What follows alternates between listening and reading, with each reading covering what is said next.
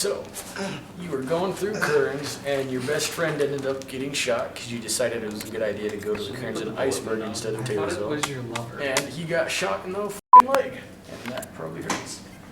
You want to grab what is hopefully a sterile dressing that should be a little bit larger than the wound itself. If not, you might have to use more. If you don't have any dressings, you can use things like clothing or whatever you'd like. You put it firmly over, and you want to continue to apply pressure because it'll help to stop the bleeding. You want to do this nice thing called PMS, which you can check on the feet too. Check right in here to get the pulse on their foot. You want to push down for me? Me? Yeah. Who else am I talking to? Push down. You want to push up. Scratching your tab. What's happening? That's called PMS. The other things like make a Pulse motor sensory. When you bandage, you want to make sure you bandage you better not about 3 or so inches, maybe an inch below the wound itself. And you want to bandage around. Just hold your leg up if you can. You want to go around 3 times. This makes an anchor so it doesn't slide around. Then once you go over to the bandage, you can do this nice thing right here. I put it down. Flip it around. No. Damn it. Flip it around. And it applies even more pressure and creates kind of a pressure dress. This is kind of hard to keep up, dude. Don't be a bitch. I'm being a bitch. Chandler, don't out.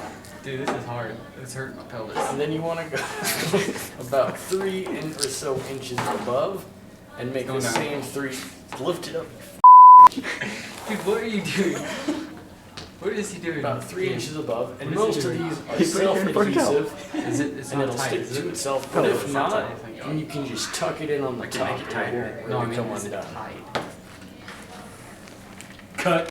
You know our love was meant to be.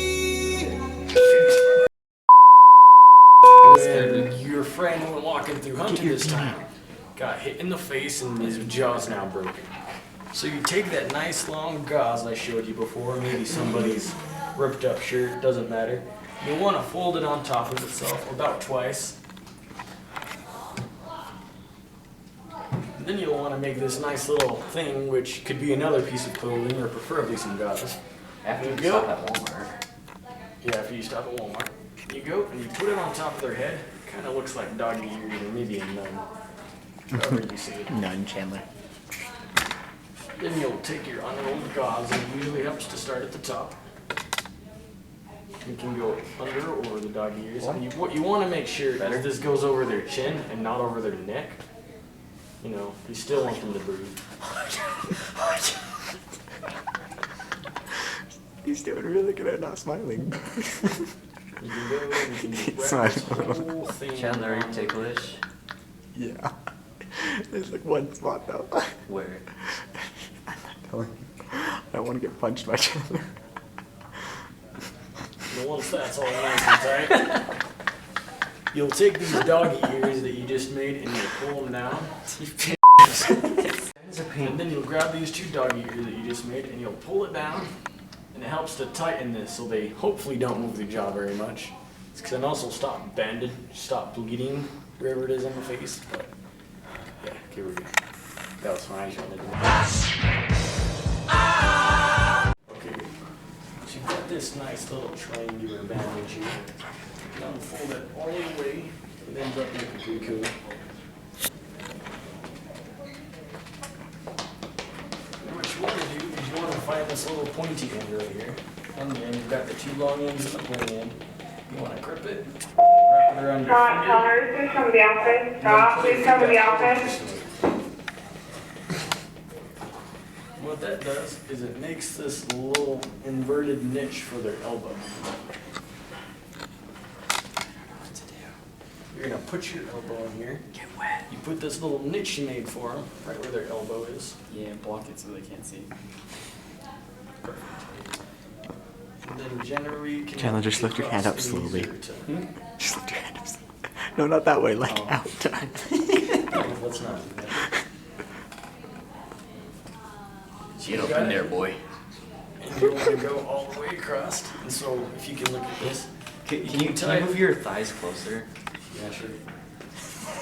So then you grab it right here, this to people. and you Little bit can closer. make any knot you want, but you don't want to do it on the neck. You want to do it right here, a little bit more on the shoulder. Oh my god. And usually the square knot's a pretty Just good the knot tiniest to bit do. closer. I don't think I can go any closer.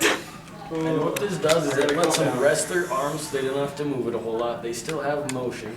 But another thing you can do is you can take one of these bandages, remember the ones from before, and you can wrap it around them right here. Or you could use another triangular bandage. You want to hold this? If you've got one broken arm, Chandler, you can hold it with your other arm. Use his broken arm.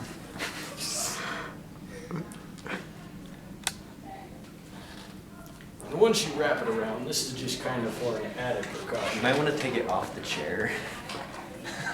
So if you bend forward, your arm tends not to move down as much as it would before, but I'd have to move it down a little bit. It stops the arm from moving around, and that tends to help it from damaging it anymore. Okay, we're good. Makes it easier for you. You go right in between both the nipples, Yeah. Perv. and you use the bottom of your hand right there, and you put your second hand on top, and you lock them together. You want to make sure your elbows are locked so you don't lose your triceps when you do it.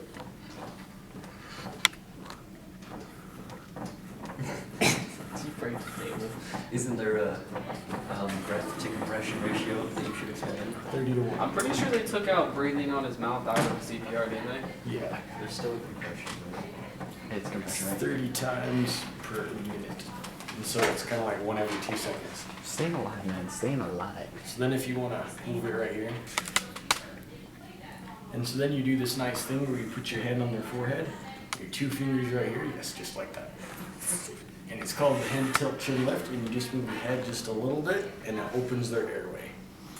Or if you're nice and you love them and you think they might have broken their spine, then you'll come behind them and put your fingers behind their jaw, and you go like that. And that way you won't break their spine if it's broken. If it's breaking, it's broken. It's already broken. Okay, you won't break it more.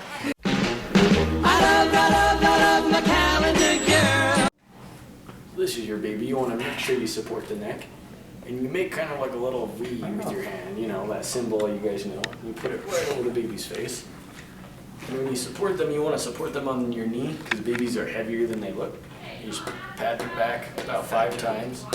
Be a little bit vigorous, but try not to kill them, you know. Then you can flip it over. You got to make sure you support their neck on your other knee. Just compressions kind of like this. You do 5 of them. And you can flip them over and do it again, and you can do it as many times as you want. Don't drop the baby. Or shake it. We love babies.